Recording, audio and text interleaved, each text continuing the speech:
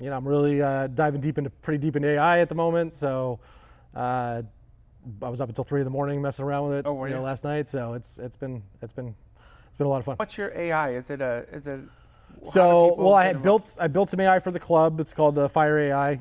There's I think 6 modules or 6 custom GPTs that people can use. One of them's like a deal sniffer that goes through Zillow and tries to find stuff it strings a bunch of keywords together to find stuff that you might not know about or see just putting in like fixer into Zillow. And then there's an analyzer that runs all the comps and numbers and actually puts some offers together for you too.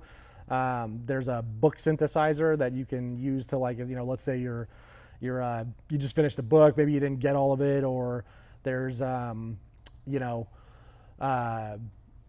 you started a book and you keep starting it, and you just can't get through it, whatever, but you still want to get the lessons out of it. You can throw it into that thing and it'll like synthesize the whole thing and then give you lessons on what it thinks like it applies to like a real estate investor. So, and there's some other ones too, but those are the 3 main ones that I like using the most.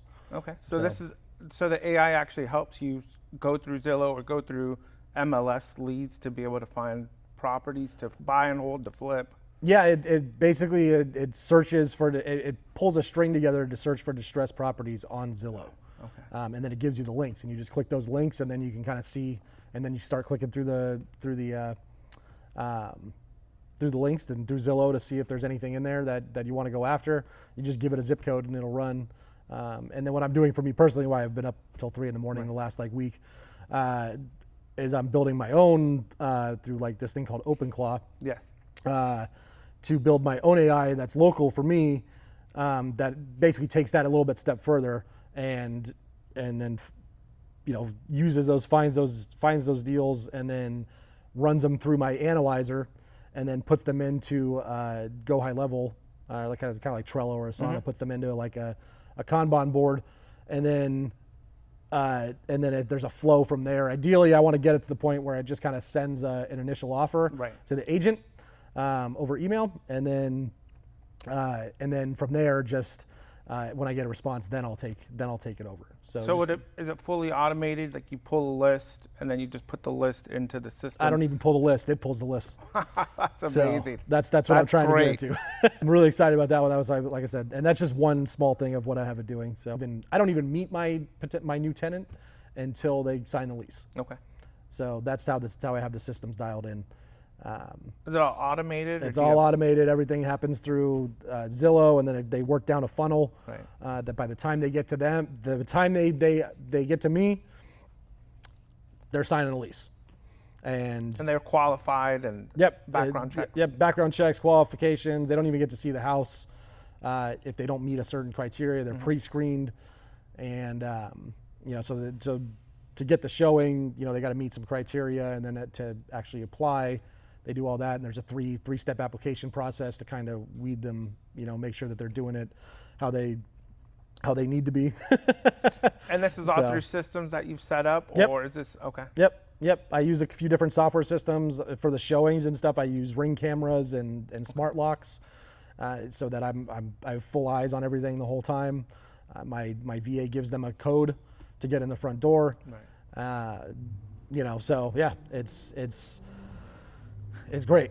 It's great. I have 3 vacancies right now, and it pretty much just runs in the background until I have to sit down and spend about an hour signing the lease, and probably an hour doing all the paperwork and stuff. So my whole fingers in it, to get from a vacancy to a filling, somebody moving in, is probably about 2 hours of work now. Wow.